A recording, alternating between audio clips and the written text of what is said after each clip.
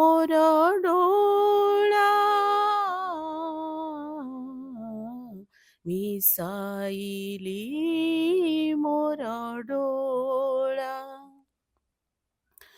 सेदिन सकाळ सकाळ नथिला थिला तो अमृत बेळा थिला तो अमृत बेळा केते आनंद रे तुमरी कोଳରେ जेबे रखिथिली मोर मथा केते आनंद रे तुमरी कोଳରେ जेबे रखिथिली मोर मथा शिर परे तुम हस्त थापिथिल शिर परे तुम हस्त थापिथिल थिला खाली नीरवता थिला खाली नीरवता सेदिन सकाळ सकाळ नथिला थिला तो अमृत बेळा थिला तो अमृत बेळा संकल्प एक ভিতরে জাগিলা এ জীবন পরা তুম পাই সংকল্প এক ভিতরে জাগিলা এ জীবন পরা তুম পাই ସେହି ଦିନ ଆସି ଥିଲା ଜୀବନରେ ସେହି ଦିନ ଆସି ଥିଲା ଜୀବନରେ ଏଇ ଅନୁଭବ ନେଇ ଏଇ ଅନୁଭବ ନେଇ ସେଦିନ ସକାଳ ସକାଳ ନଥିଲା ଥିଲା ତ ଅମୃତ ବେଳା ଥିଲା ତ ଅମୃତ ବେଳା ଯେଉଁ ଦିନ ମା ତୁମ ନୟନରେ ଯେଉଁ ଦିନ ମା ତୁମ ନୟନରେ ମିଶାଇଲି ମୋର ଡୋଳା ମିଶାଇଲି ମୋର ଡୋଳା ସେଦିନ ସକାଳ ସକାଳ ନଥିଲା ଥିଲା ତ ଅମୃତ ବେଳା ଥିଲା ତ ଅମୃତ ବେଳା ଥିଲା ତ ଅମୃତ ବେଳା ଥିଲା ତ ଅମୃତ ବେଳା ମା ମା ମା ମା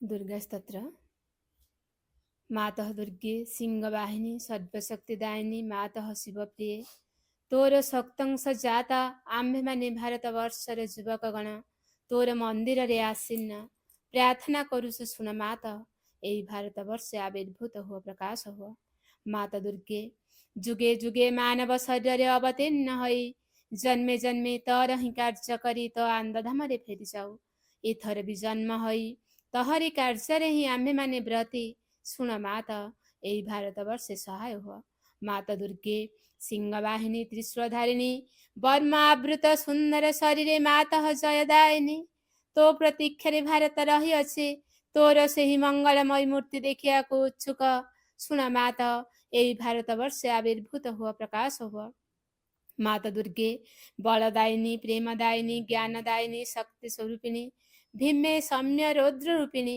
ଜୀବନ ସଂଗ୍ରାମୀ ଭାରତ ସଂଗ୍ରାମୀ ତୋର ପ୍ରେରିତ ଯୋଦ୍ଧା ଆମ୍ଭେମାନେ ଦିଅ ମା ପ୍ରାଣେ ମନେ ଅସୁରର ଶକ୍ତି ଅସୁରର ଉଦ୍ୟମ ଦିଅ ମା ହୃଦୟରେ ବୁଦ୍ଧିରେ ଦେବ ଚରିତ୍ର ଦେବ ଜ୍ଞାନ ମାତା ଦୁର୍ଗେ ଜଗତ ଶ୍ରେଷ୍ଠ ଭାରତ ଅତି ନିବିଡ଼ ତିମିରରେ ଆଚ୍ଛନ୍ନ ଥିଲା ତୁ ହିଁ ମାତଃ ଗଗନ ପ୍ରାନ୍ତରେ ଅଳ୍ପ ଅଳ୍ପ ଉଦୟ ହେଉଛୁ ତୋର ସ୍ୱର୍ଗୀୟ ଶରୀର ତିମିର ବିନାଶିନୀ ଆଭାରେ ଉଷାର ପ୍ରକାଶ ହେଲା ଆଲୋକ ବିସ୍ତାର କର ମାତଃ ତିମିର ବିନାଶ କର ମାତା ଦୁର୍ଗେ ଶ୍ୟାମଳା ସର୍ବ ସୌନ୍ଦର୍ଯ୍ୟ ଅଳଙ୍କୃତା ଜ୍ଞାନ ପ୍ରେମ ଶକ୍ତିର ଆଧାର ଭାରତ ଭୂମି ତୋର ବିଭୂତି ଆଜି ପର୍ଯ୍ୟନ୍ତ ଶକ୍ତି ଶରଣରେ ଆତ୍ମଗୋପନ କରିଥିଲା ଆଗତ ସେହି ଯୁଗ ଆଗତ ସେହି ଦିନ ଯେତେବେଳେ ସମଗ୍ର ବିଶ୍ୱର ଭାର ସ୍କନ୍ଦରେ ବହନ କରି ଭାରତ ଜନନୀ ଉଠୁଅଛି ଆସ ମାତ ପ୍ରକାଶ ହୁଅ ମାତା ଦୁର୍ଗେ ତୋର ସନ୍ତାନ ଆମ୍ଭେମାନେ ତୋ ପ୍ରସାଦରେ ତୋ ପ୍ରଭାବରେ ମହତ୍ କାର୍ଯ୍ୟ ମହତ୍ ଭାବରେ ଉପଯୁକ୍ତ ହେଉ ହେ ମାତ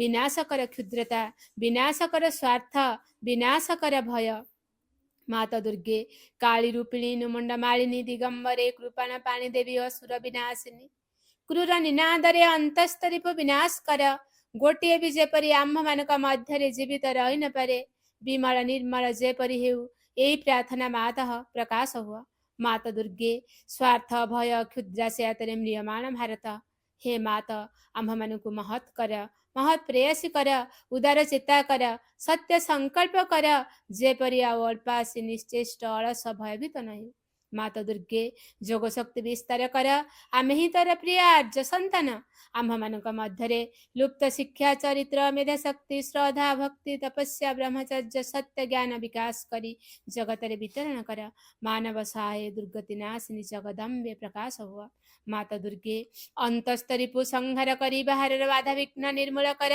ବଳଶାଳୀ ପରାକ୍ରମୀ ଉନ୍ନତ ଚେତା ଆର୍ଯ୍ୟ ଜାତି ଭାରତର ପବିତ୍ର କାନନେ ଉର୍ବର କ୍ଷେତ୍ରେ ଗଗନ ସହଚର ପର୍ବତ ତଳେ ପୁତସଲ୍ଲା ନଦୀ ତୀରେ একতা প্রেম সত্য শক্তি শিল্প সাহিত্য বিক্রମ ଜ୍ଞାନରେ ଶ୍ରେଷ୍ଠ ହୋଇ ନିବାସ କରୁ ମାତୃଚରଣରେ ଏହା ହିଁ ପ୍ରାର୍ଥନା ପ୍ରକାଶ ହୁଅ ମାତା ଦୁର୍ଗେ ଆମ୍ଭମାନଙ୍କ ମଧ୍ୟରେ ଯୋଗ ବଳରେ ପ୍ରବେଶ କର ଆମ୍ଭେମାନେ ହୋଇଉଠିବୁ ତୋର ଯନ୍ତ୍ର ଅଶୁଭ ବିନାଶୀ ତରବାରୀ ଅଜ୍ଞାନ ତିମିର ବିନାଶୀ ପ୍ରଦୀପ ହେ ମାତ ଭାରତର ଯୁବକ ଗଣଙ୍କର ଅହିବାସନା ପୂର୍ଣ୍ଣ କର ଯନ୍ତ୍ରୀ ହୋଇ ଯନ୍ତ୍ର ଚଳାଅ ଅଶୁଭ ହନ୍ତ୍ରୀ ହୋଇ ତରବାରୀ ଘୁରାଅ ଜ୍ଞାନ ଦୀପ୍ତି ପ୍ରକାଶିନୀ ହୋଇ ପ୍ରଦୀପ ଧର ପ୍ରକାଶ ହୁଅ ମାତା ଦୁର୍ଗେ ତତେ ପାଇଲେ ଆଉ ବିସର୍ଜନ କରିବୁ ନାହିଁ ଶ୍ରଦ୍ଧା ଭକ୍ତି ପ୍ରେମର ଡରରେ ବାନ୍ଧି ରଖିବୁ ଆସ ମାତ ଆମ୍ଭମାନଙ୍କ ମନ ପ୍ରାଣ ଶରୀରରେ ପ୍ରକାଶ ହୁଅ ବୀରମାର୍ଗ ପ୍ରଦର୍ଶିନୀ ଆସ ଆଉ ବିସର୍ଜନ କରିବୁ ନାହିଁ ଆମ୍ଭମାନଙ୍କର ସମଗ୍ର ଜୀବନ ହେଉ ନିରବଚ୍ଛିନ୍ନ ଦୁର୍ଗା ପୂଜା ଆମ୍ଭମାନଙ୍କର ସକଳ କାର୍ଯ୍ୟ ଅବିରତ ପ୍ରେମମୟ ଶକ୍ତିମୟ ମାତୃସେବା ବ୍ରତ ହେଉ ଏହା ହିଁ ପ୍ରାର୍ଥନା ମାତଃ ଭାରତରେ ଆବିର୍ଭୂତ ହୁଅ ପ୍ରକାଶ ହୁଅ ମା ପ୍ରକାଶ ହୁଅ Pranam are the lotus feet of the Divine Mother. Karunamai Ma, Param Prabhu Sri Aurobindo, ଉପସ୍ଥିତ ସମସ୍ତ ମାତୃ ସନ୍ତାନ ଆସିଲା ପରେ ବହୁତ ଖୁସି ଲାଗିଲା ଘର ଏଣ୍ଟ୍ରି ଯେତେବେଳେ କଲି ବାତାବରଣଟି ବହୁତ ସୁନ୍ଦର ମା ଆସିବେ ବୋଲି ପୂର୍ବରୁ ପ୍ରସ୍ତୁତ କରିଦେଇଛନ୍ତି ଏ ଘରକୁ ମା ଆସିବେ ବୋଲି ତା ଆଗରୁ ବାତାବରଣକୁ ତିଆରି କରିଛନ୍ତି ତାର ଏ ଘରଟାକୁ ଯେତେବେଳେ ଆସିଲି ସେ ଘର ଭାଇ ଅବଶ୍ୟ କହୁଥିଲେ ସେଇଠି ପାର୍ସଲ କରିବା କି ମତେ ଏଇଟା ଭଲ ଲାଗିଲା ନା ଏଇଠି କରିଦେଲେ ଭଲ ହେଇଥାନ୍ତା ସୋଫାଟା ତ ଅଛି ଡାଇରେକ୍ଟ ସେଇଠି କରିବା ମାଙ୍କୁ ଆସ୍ଥାନ କରିଦେବା ଏଇଠି ଆମେ ବସିବା आज देखो बर्तमान एत बढ़िया गोटे परिवेश होती बहुत बढ़िया लगे बहुत भल लगे ये सब हूँ माँ कृपा गोटे कथा हूँ he who chooses the infinite has been chosen by the infinite आपण मैंने माँ शिव फोटो देखी कि नहीं मुझे जानी देखी जाई पारनी आपण मैंने माँ का दर्शन तत्व भर को पशि ना कि कौन कर मुझे जानी किंतु माँ आपन को बाछि सारे माँ जेहेतु आपण बाछि सारे बर्तमान ताकर कार्यधारा आपण माध्यम हम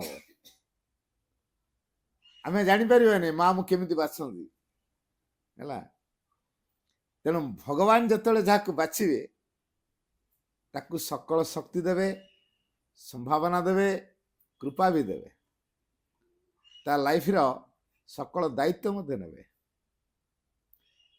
तेणु आम गोटे कथा निश्चित हवा जे आम जीवन रे जहाँ जहाँ सब आसूची ये सबूर पश्चात भगवान का हाथ अच्छे भगवान इच्छा न करेंगे किसी कथा संभव होनी किसी कथा हेनी तेणु जाओ आज नुआ वर्ष ये परिवार पे गोटे नूतन चेतनार दिग खोली माँ आसिक घरे पहुंचती परम सौभाग्यर कथा ये आपण भाई को डाकी ना आस पार्चर करिया भाई हुए तो कहदे भाई करिए के भाई आड़ू माने भगवान आसवे आड़ू आह्वान भाई मध्यम यहीटा कहुए कृपा आम तो अनेक दिन में डाकुचे हेल्ले हो पारनी कि भगवान निजे चाहते ये आसवे भाई हो बापा हो मध्यम होती माध्यम आपन जना होपण हाँ मार्च तेणु यही जो मध्यम ये कार्यधारा केवल माँ ही कर कारण ये जो पिला मान सब अच्छा ये परिवार समस्त सदस्य समस्त भितर किसी किसी नुआ चेतना तैयारी हम नुआ वर्ष रे एवं ये नुआ चेतन से माने माँ उपयुक्त हे भगवान का संकल्प को साकार रूप दवाई से माने उपयुक्त हे तेणु तार माध्यम हम पाठचक्र तेणु पाठचक्र माध्यम ये माँ सानिध्य आम आसवा माँ का कृपा आम योग्य हवा एवं माँ की इच्छा को बुझापी आम समर्थ हवा माँ संकल्प को साकार रूप दबारे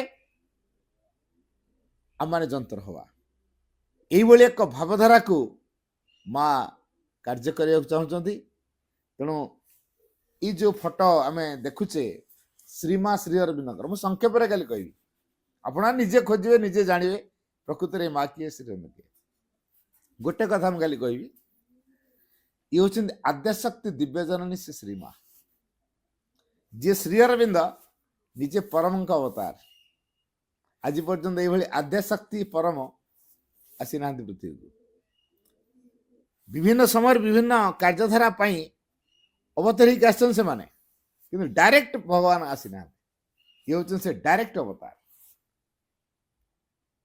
तेणु जेहतु डायरेक्ट भगवान को पाखु स्थिरीकृत एक कार्यधारार निदर्शन आम पाखे अवतरण आम पाखे से हूँ श्रीमा श्री अरविंद क्या संसार बर्तमान दिव्य अभिमुखी हम संसार जेहेतु बर्तमान दिव्य अभिमुखी हम तेणु समस्त भितर जहाँ जहाँ दिव्य चेतनार धारा अच्छी तार विकास कर आवश्यकता अच्छी अद्वीप प्रवाह को हजे दिज्व अंधार को कही ठेंगा बाड़ी धरी गोड़ेले से जीवन आप चेष्टा करूँ संसार सारा लोग चेष्टा करूँ ना अंधार घोड़िया जीव अंधार जीवन बुद्धिर काम कौन स्विच टीपी देले बल्ब भी जलला लाइटेड है अंधार आपे पड़े ये हूँ बुद्धि आम ठेंगा बाड़ी धरी गाँ सार लोग अंधार तू कहीं आसलु तोर टाइम है कहीं आसलु पड़ा जा कहीं तो गोड़ेवा अंधार जीव जीवन ठीक से भाई मनुष्य भितर बहुत प्रकार कालीमा अच्छी राग अच्छी हिंसा अच्छी लोभ अच्छी अहंकार अच्छी स्वार्थपरता अच्छी वाद विवाद अच्छी केते केते बदगुण सब अच्छी से चेष्टा कले जापर अंधार को ठेंगा बाड़ी गोड़ जीव से जीवन आम भर राग हिंसा लोभ को आम घोड़िया चाहूँ से कौन सहज जीव जीवन कौन कले हम अंधार को आम कौन करुले स्विच टिपुले ଲାଇଟଟା ଜଳୁଥିଲା ଅନ୍ଧାର ଆପେ ପଳଉଥିଲା। ସେଇଭଳି ଆମ ଭିତରେ କ'ଣ ଗୋଟେ କରିଦେଲେ ଏଇ ଯୋଉ ଅଜ୍ଞାନର ପ୍ରଭାବ ଆମ ଭିତରେ ଅଛି ଆପେ ପଳେଇବ। ସେଇଟା କ'ଣ? ଆମ ଅନ୍ତରାତ୍ମାକୁ ଜାଗ୍ରତ କରିଦେବା, ତାର ବିକାଶ ପାଇଁ ଗୁରୁତ୍ୱ ଦେଇଦେବା। ଅନ୍ତରାତ୍ମାକୁ ବିକାଶ ପାଇଁ ଯଦି ଗୁରୁତ୍ୱ ଦେଇଦେଲେ ଏସବୁ ପ୍ରଭାବ ଆପେ ଆପେ ପଳେଇବ, ଇଏ ରହିବନି। ଆକାଶରେ ଏଇନା ସୂର୍ଯ୍ୟ ଅଛନ୍ତି, ମୁଁ ବାହାରେ ଗୋଟେ ବଲ୍ ଲଗେଇବି, କାର ଲାଇଟ୍ ଦେଖାଯିବ କୁହନ୍ତୁ? ସୂର୍ଯ୍ୟର ଲାଇଟ୍ ନା ବଲ୍ ଲାଇଟ୍? କିନ୍ତୁ ବଲ୍ଟା ଜଳୁଥିବ ନା ନାଇଁ, ସେଠି ତା ଲାଇଟ୍ ଦେଖାଦବ କି? ଠିକ ସେଇଭଳି ଏ ଅଜ୍ଞାନ ପ୍ରଭାବ ଗୁଡାକ ଆମ ଭିତରେ ଥିବେ, କିନ୍ତୁ ଅନ୍ତରାତ୍ମା ଯେତେବେଳେ ବିକାଶ କରିଯିବେ ତା ପ୍ରଭାବ କୁଆଡେ ହଜିଯିବ, ପ୍ରଭାବ ରହିବନି। ଯେମିତି ବଲ୍ବ ଲାଇଟ୍ଟା କୋଉଟା ସୂର୍ଯ୍ୟ ଆଲୋରେ ଜଣା ପଡୁନି କିନ୍ତୁ ଜଳୁଛି, ତା ଲାଇଟ୍ କୋଉଟା ସେ ନେଇ ହଉନି। ତେଣୁ ଏ ଦୃଷ୍ଟିରୁ ପାଠଚକ୍ର ମାଧ୍ୟମରେ ଆମ ଅନ୍ତରାତ୍ମାକୁ ବିକାଶ କରାଇଦେବା, ତା ସହିତ ସମ୍ପୃକ୍ତି ରଖେଇବା, ତାର ପ୍ରେରଣା ଦ୍ୱାରା ପରିଚାଳିତ ହେବା, ଜୀବନର ଗାଇଡ୍ ବା ଯାହାକୁ କୁହାଯାଏ ପରିଚାଳକ ଅନ୍ତରାତ୍ମା ହେବେ। ସେ ଅନ୍ତରାତ୍ମା କିଏ? ଆମ ଭିତରେ ଯେ ଅନ୍ତରାତ୍ମା ସିଏ ହଉଛି ନିଜେ ମା ହେଲା। ଏଇ ମାଙ୍କ ଉପସ୍ଥିତି ହଉଛି ଆମ ଭିତର ଅନ୍ତରାତ୍ମା। ଏଇ ସମୟ ଯାହାର ନ ହେଇଥିବ ସେ ଦିଗ ଖୋଲିବନି। ତେଣୁ ବର୍ତ୍ତମାନ ଏଇ ଘର ପାଇଁ ସମୟ ଆସିଯାଇଛି, ତେଣୁ ପାଠଚକ୍ରଟି ହେଇଛି ଆଜି। ତେଣୁ ବର୍ତ୍ତମାନ ଅନ୍ତରାତ୍ମାର ଆବିଷ୍କାର କରିବା ଦରକାର ଏଇ ମାଙ୍କ ଜରିଆରେ। ସ୍ଥୂଳ ଭାବରେ ଆମେ ଯୋଉ ଧାରାକୁ ଆଦରିବା ସେଇଟା ହଉଛି ଅଧିକରୁ ଅଧିକ ଭଗବତ ପ୍ରଭାବକୁ ଆମ ଭିତରେ ସ୍ୱୀକାର କରିବା।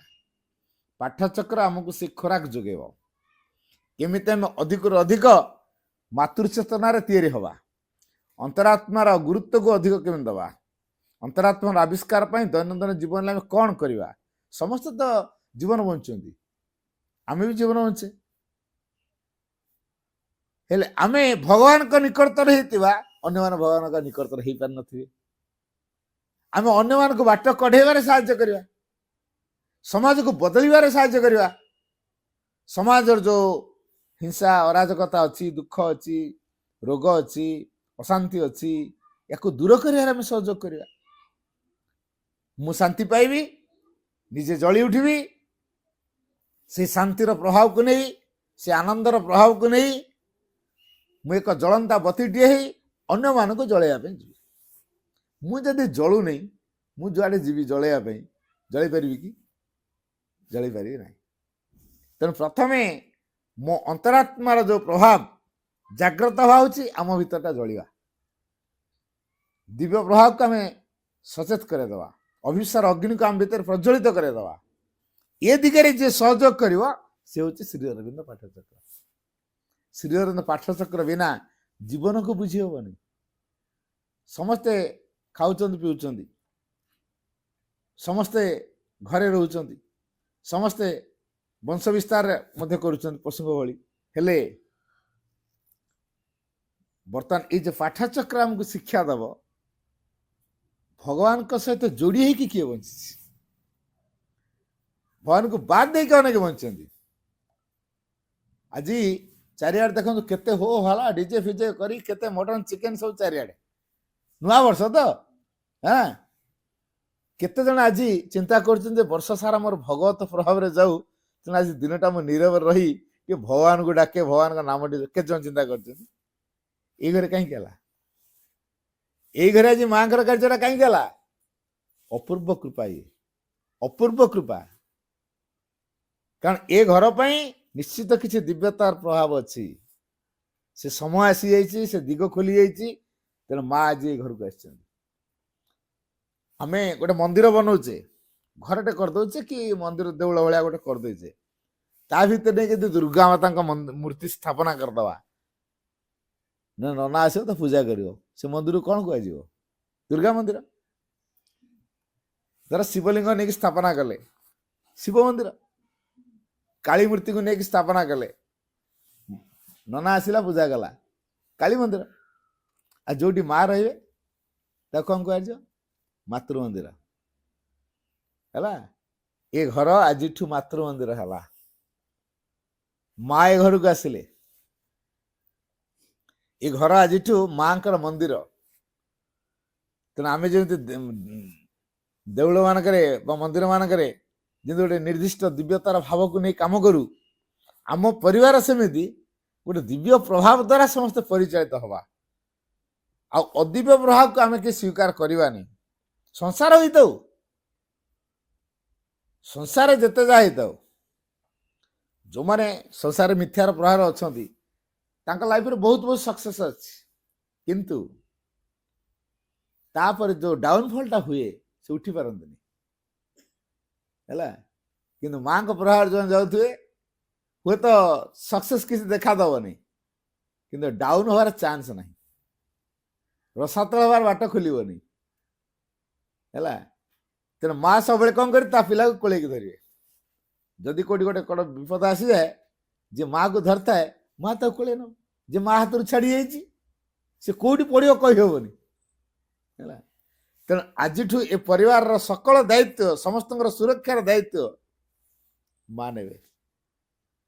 ତେଣୁ ପାଠଚକ୍ର ଆମେ ସେଇଥିପାଇଁ କରୁ ଯେ ଅଧିକରୁ ଅଧିକ ଆମ ଜୀବନକୁ ବୁଝିବାରେ ଏ ପାଠଚକ୍ର ସହଯୋଗ କରିବ। ଜୀବନଟା କ'ଣ ପାଇଁ ଦିଆହେଇଛି? କ'ଣ ଦିଆହେଇଛି ଏଭଳି ଏକ ଅୟସ ଆରାମ ଭିତରେ ଖଟେଇବା ପାଇଁ? ଅୟସ ଆରାମଟା ଆପେ ମିଳିଯିବ, ତାକୁ ଖୋଜିବା ଦରକାର ନାହିଁ। ଶାନ୍ତି ଆପେ ମିଳିବ, ସୁଖ ଆପେ ମିଳିବ। ଯେଉଁ ବ୍ୟବସ୍ଥାଟା କଲେ ସୁଖ ମିଳିବ, ଶାନ୍ତି ମିଳିବ, ସୁରକ୍ଷା ମିଳିବ, ସେ ବ୍ୟବସ୍ଥାଟା କ'ଣ? ଏଇ ଭଗବାନଙ୍କୁ ଆବିଷ୍କାର କରିବା। ଯିଏ ଯୋଉ ପ୍ରଫେସନରେ ଥାଆନ୍ତୁ, ଯାହାର କାର୍ଯ୍ୟଧନ୍ଦା ଯାହା ବି ହେଇଥାଉ, ଭଗବାନ ହଉଛନ୍ତି ମୁଖ୍ୟ। ମୁଁ ସେ କାର୍ଯ୍ୟର ମାଧ୍ୟମରେ ଭଗବାନଙ୍କୁ ଆବିଷ୍କାର କରି, କାରଣ ମୋ ଜୀବନଟା ଭଗବାନଙ୍କୁ ଖୋଜିବା ପାଇଁ ଦିଆଯାଇଛି, ଭଗବାନଙ୍କୁ ପ୍ରକାଶ କରିବା ପାଇଁ ଦିଆଯାଇଛି। ମୁଁ ଯଦି ମୋ ଜୀବନରେ ଭଗବାନଙ୍କୁ ଖୋଜିଲି ନାହିଁ, ଭଗବାନଙ୍କୁ ପ୍ରକାଶ କରିବା ପାଇଁ କୌଣସି କାମ କଲି ନାହିଁ, କିନ୍ତୁ ସକ୍ସେସ୍ ପିଛା ଗୋଡ଼େଇଲି, ସେ କେତେ ସମୟ ପର୍ଯ୍ୟନ୍ତ ସକ୍ସେସ୍ ଦବ? ଆଚ୍ଛା, ହୁଏତ ମୁଁ କହୁଛି ଏଇ ଲାଇଫ୍ ସାରା ସକ୍ସେସ୍ ମିଳିଗଲା। ଯୋଉ ଟାସ୍କଟା ଆମକୁ ଦେଇକି ଭଗବାନ ପଠେଇଥିଲେ ଏଇ ଜୀବନରେ, ସେ ଟାସ୍କ ଆମେ କରିନୁ, ଟାସ୍କ ବାକି ରହିଗଲା। ମେଟ୍ରିକ ଫେଲ୍ ହେଲେ ଯେମିତି ଆଉ ଗୋଟେ ବର୍ଷ ପରୀକ୍ଷା ଦେବାକୁ ପଡ଼େ, ଆମେ ପାସ୍ କରିପାରିଲୁନି, କାରଣ ଆମ ପାଇଁ ଗୋଟେ ଟାସ୍କ ଅଛି। ସେ ଟାସ୍କଟା କ'ଣ? ଏ ଜୀବନ ଭିତରେ ଆମେ ଭଗବାନଙ୍କୁ ଖୋଜିବା ଆଉ ଭଗବାନଙ୍କୁ ପ୍ରକାଶ କରିବା। ଯିଏ ଭଗବାନଙ୍କୁ ଖୋଜୁଛି, ଭଗବାନଙ୍କୁ ପ୍ରକାଶ କରିବା ପାଇଁ କାମ କରୁଛି, ମନେ ରଖନ୍ତୁ ମଣିଷର ଛାଇ ଭଳି ସୁଖ ତା ପାଖେ ପାଖେ ରହିଛି। କହନ୍ତୁ ନା, ଆମେ ଚାଲିଲା ବେଳେ ଆମେ ଛାଇକି ଅଲଗା କରିପାରିବା କି? ଆମେ ଯୁଆଡ଼େ ଯିବା ଛାଇ ଦୌଡ଼ିବ ନା ନାହିଁ? ଦେଖିବା ଛାଇକି ଦୌଡ଼ାନ୍ତ ନା ଧରିବା ପାଇଁ, ପାରିବେ କି? ଆମେ ଦୌଡ଼ିଲେ ଛାଇ ଦୌଡ଼ିବ, କିନ୍ତୁ ଆମେ କାଳେ ଛାଇ ତତେ ତ ଟିକେ ଡକାଏନି, ତୁ କାହିଁ ଆସିଛୁ, ଚାଲ ଘରେ ଥା। ଯଦି କହେ ଆମେ ଆମ ଛାଇକୁ ଘରେ ରଖିକି ଯିବା, ହବ? ଦୌଡ଼ିବା ଧରିବା ପାଇଁ ହବ? ଛାଇ ଯେମିତି ଧରା ଦିଏ ନା, ମଣିଷ ସେମିତି ସୁଖ ଖୋଜୁଛି, ସୁଖ ଧରା ଦବ? ଆମେ କହୁଛୁ ପଇସା ପତ୍ର ଗୋଟେ ହେଇଯିବ, ଘର ଦ୍ୱାର ମେଞ୍ଚେ କରିଦବା, ଜମିବାଡ଼ି ଗୋଟେ କରିଦବା, ସୁଖ ହେଇଯିବ। ଦେଖନ୍ତୁ, ସବୁ କଥାକୁ ଯେହେତୁ ଆମେ କରିଛେ, ଗୋଟେ ତା ପ୍ରତି ଆସକ୍ତି ରହିଛି, କୋଉଠି କ'ଣ ଅସୁବିଧା ହେଲେ ମୁଣ୍ଡକୁ ବଥେଇବ, ଟେନସନ୍। ଶାନ୍ତି କୁଆଡ଼େ ମିଳିବ? ସୁଖ କୁଆଡ଼େ ମିଳିବ? ମିଳିବନି। ସୁଖଟା ଭଗବାନ ପାଖରେ, ପ୍ରକୃତ ସୁଖଟା ଭଗବାନ ପାଖରେ ଅଛି। ତା ପାଇଁ କୌଣସି ବାହ୍ୟ ବସ୍ତୁର ଆବଶ୍ୟକ ନାହିଁ, ଇଭେନ୍ ଫୁଲ ଧୂପର ମଧ୍ୟ ଆବଶ୍ୟକ ନାହିଁ, ନଡ଼ିଆ କଦଳୀର ଆବଶ୍ୟକ ନାହିଁ। ଭଗବାନ ତମ ହୃଦୟ ଭିତରେ ଅଛନ୍ତି, ନଡ଼ିଆ କଦଳୀ କ'ଣ ଦରକାର?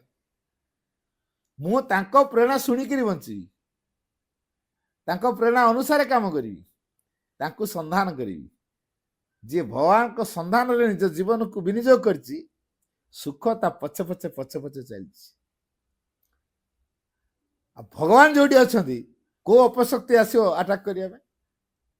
ସୁରକ୍ଷିତ ହବନି, ସେ ସୁରକ୍ଷିତ ହବ। ପାଠଚକ୍ର ଏମିତି ଏକ ପ୍ରଭାବ ଯୋଉଥିରେ ଅସମ୍ଭବ ସମ୍ଭବ ହେଇଯାଏ। ଆପଣ କେବେ ଭାବିନଥିବେ ଏମିତି ହବ ବୋଲି, କିନ୍ତୁ ହେଇଯିବ। ଅସମ୍ଭବ ସମ୍ଭବ ହେଇଯିବ। गोटे प्राक्टिकल कथा कहूँ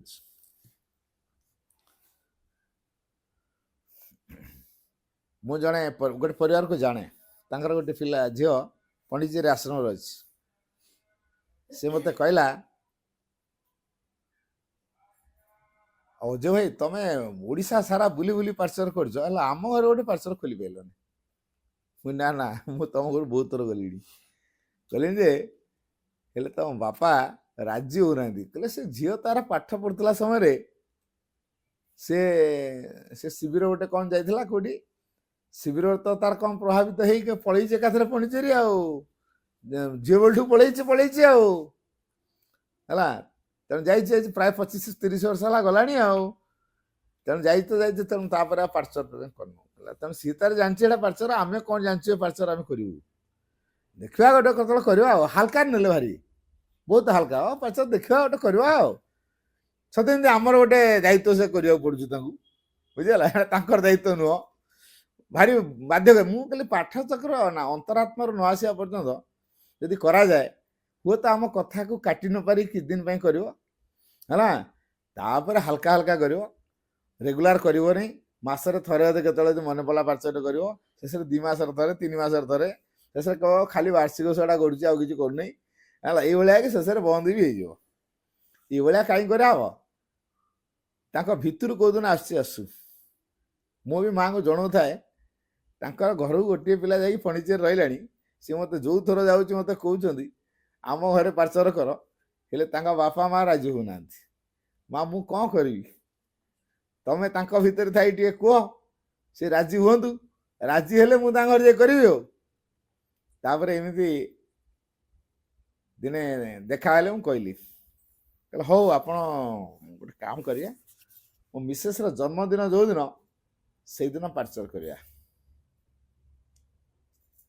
ठीक अच्छे बहुत बढ़िया कथा मिसेस जन्मदिन में पाठचक्र आरंभ है कहला आपन सब लीडिंग ने दायित्व सब ने मैंने हाँ किसी चिंता नहीं आपन खाली हाँ मारत आम घर पार्चर हो बोली तापर कौन कौन दरकार कौन ना है मु बुझी आ केते लोक आसे मैंने हाँ आमर जदि आप तो बेसी बाट नुह तथापि आमर लोक टे दूर को गला टाउन भितर होते गोटे कथा जेहेतु दूर टी हूँ ना आम गाड़ी पठाब घरे गाड़ी गुड़ा अच्छी गाड़ी पठाब केते लोक आसपारे गाड़ी व्यवस्था 25-30 लोक निहाती जी ठीक अच्छे 2 थर कर 2टा गाड़ी जीव धरके आस 2टा गाड़ी पठेले 2 थर कर बोला एम पाखापाखि 30 खंडे लोक गले पाठचक्र से दिन आरंभ है फटोपत्र पूर्व व्यवस्था करदेली बड़ बड़ फटो दिगला कल पैसा अपन जहाँ कहे मुझे देदेवी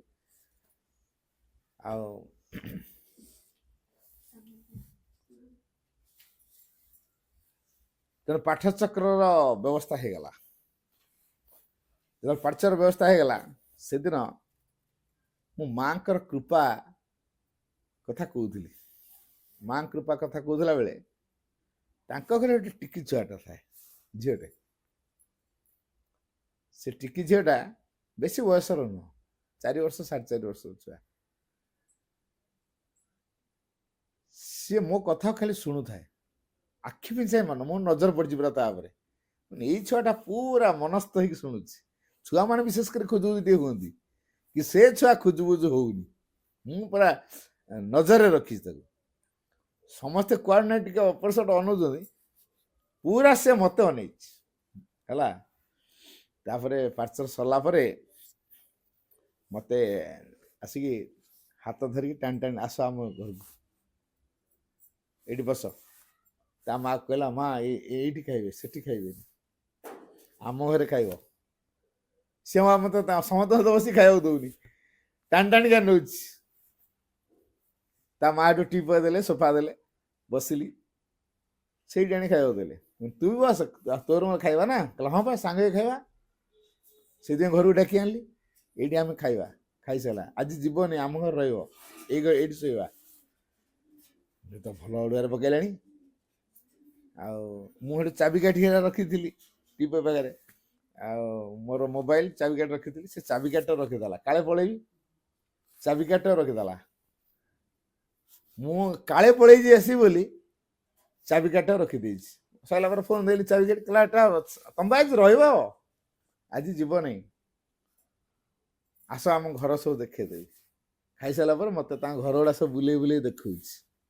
ତାଙ୍କ ଘର ଲୋକ ଦେଖିକି ଆଶ୍ଚର୍ଯ୍ୟ, ଇଏ ଭାଇଙ୍କ ସହିତ କ'ଣ ଏତେ ପୁରା କ୍ଲୋଜଲି ମିଶୁଛି, ଚିହ୍ନା ନାହିଁ ପରିଚିତ ନାହିଁ, ହଠାତ୍ ଗୋଟେ ଦେଖାରେ ଏତେ କ୍ଲୋଜଲି ସେ ମିଶୁଛି, ଏଇଭଳିଆ ଭଳିଆ କଥା ସବୁ ହଉଛି, ଯେଟା ଆମ ସହିତ କେବେ ଏମିତି କଥା ହଉନି। ତାପରେ କହିଲେ ହଉ ଠିକ ଅଛି, ଚାବିକାଠିଟା ତ ରଖିଛି ଦଉନି ନା, ମୁଁ ଆସିପାରୁନି। ମାନେ ହଉ ଏବେ ଖାଇସାରିଲା ପରେ ଶୁଅନ୍ତି, ଆଉ ନ ଶୋଇଲେ ଦେହ ଖରାପ ହେଇଯିବ, ଶୋ। କହିଲା ତମେ ବି ଏଇଠି ରୁହ, କ'ଣ କରିବି? ମୁଁ ହଉ ତୁ ଶୋ ନା ଆଗେ, ମୁଁ ଏଇଠି ବସିଛି। ତା ବେଡରେ ବସିଲି, ସେ ଶୋଇଲା। ଶୋଇଲା ପରେ ଚାବିକାଠିଟା ଧରିକି ଶୋଇଛି। ଯେମିତି ଚାବିକାଠିଟା ତା ହାତରୁ ଖସିଗଲା, ମୁଁ ଚାବିକାଠିଟା ଧରି ପଳେଇଲି। ସେ ଶୋଇପଡ଼ିଛି, ମୁଁ ଚାବିକାଠି ଧରି ପଳେଇଲି। ତାପରେ ସେଠୁ ପାଖାପାଖି 10ଟା ପାଖାପାଖି ଗଲା, ମାନେ ସମସ୍ତେ ଆସିସାରିଲେଣି ତୁ, ମୁଁ ଆଉ ଆସିପାରୁନି, ଚାବିକାଠିଟା ତା ହାତରେ ଆଉ ତା ମନକୁ ଆଘାତ ଦେବା ପାଇଁ ଚାହୁଁନି। ଆଉ ଖାଲି ପାର୍ଚରଟେ କରିଦେଇକି ଆସିଲେ ତ ଯଥେଷ୍ଟ ହବନି, କେମିତି କରିବେ କ'ଣ କରିବେ ଅଭ୍ୟାସରେ ପକେଇବାକୁ ପଡ଼ିବ। ତେଣୁ ସପ୍ତାହରେ ଥରେ ଲେଖା ଯାଇକି 2-4 ମାସ ତାଙ୍କୁ ଅଭ୍ୟାସରେ ପକେଇବି। 2-4 ମାସ ଗଲି, ତାପରେ ଯେତେବେଳେ ଗଲି ସେଦିନ ପଳେଇଲ ନା, ମୁଁ ଶୋଇଥିଲା ବେଳେ ଆଜି ମୁଁ ଛାଡ଼ିବିନି ହେଲା ଏମିତି କହିଲା। ଆଉ ନା ନା ମୋର ପା ଟିକେ କାମ ଥିଲା ତ, ମୁଁ ସେଦିନ ରାତିରେ ମୁଁ ପଳେଇଲି। ଆଜି ମୁଁ ଆଜି ବି କାମ ଅଛି, ମୁଁ କିଛି ସମୟ ରହିବି ତାପରେ ପଳେଇବି, ଆମର ବି ଝିଅ ଅଛି ନା, ଆମ ଝିଅ କାନ୍ଦିବ। ଏଇ କଥା କହିକି